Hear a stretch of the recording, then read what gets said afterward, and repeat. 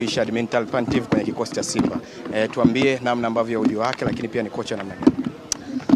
Tunamshukuru Mwenyezi Mungu, mwalimu wetu amefika salama na tunayo furaha kubwa.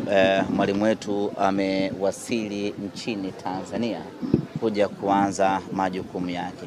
Tunao furaha kubwa kumtambulisha Dimitar Pantev kuwa meneja mkuu wa klabu ya Simba Sports Club, ambaye jukumu la kila msingi litakuwa ni kusimamia ustawi wa timu yetu, hasa kwenye eneo la kikosi, eneo la wachezaji, eneo la bench la ufundi na maendeleo ya kiufundi kwa ujumla katika timu yetu ya Simba Sports Club. Maswali yamekuwa ni mengi sana mara baada ya kumtambulisha Pantev na kumtambua kuwa ni meneja mkuu na sio kocha mkuu, kama ambavyo tumezaliwa tukiona makocha wakiitwa makocha. Kimsingi ni kwamba tumefanya mabadiliko kwenye utendaji kazi wetu, kwa maana ya job description sanjari na majukumu yake.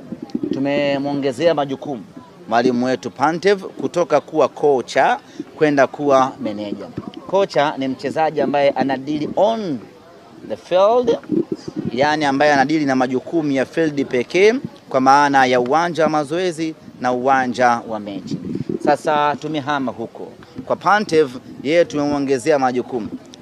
Anakuwa na jukumu jingine la kusimamia ustawi wa wachezaji, kwa maana ya usajili wao, maslahi yao, na kama haitoshi kutoa mapendekezo na ushauri, nani asajiliwe, nani aondolewe, nani abaki, nani atolewe kwa mkopo. Kila kitu kuhusiana na wachezaji kinakuwa kinapitia kwa meneja Pantev, lakini vile vile kuzungumzia maendeleo ya mchezaji mmoja mmoja na kutoa ushauri, lakini kusimamia technical staff wenzake wote, kwa maana ya kusimamia kit manager, kumsimamia team manager, kumsimamia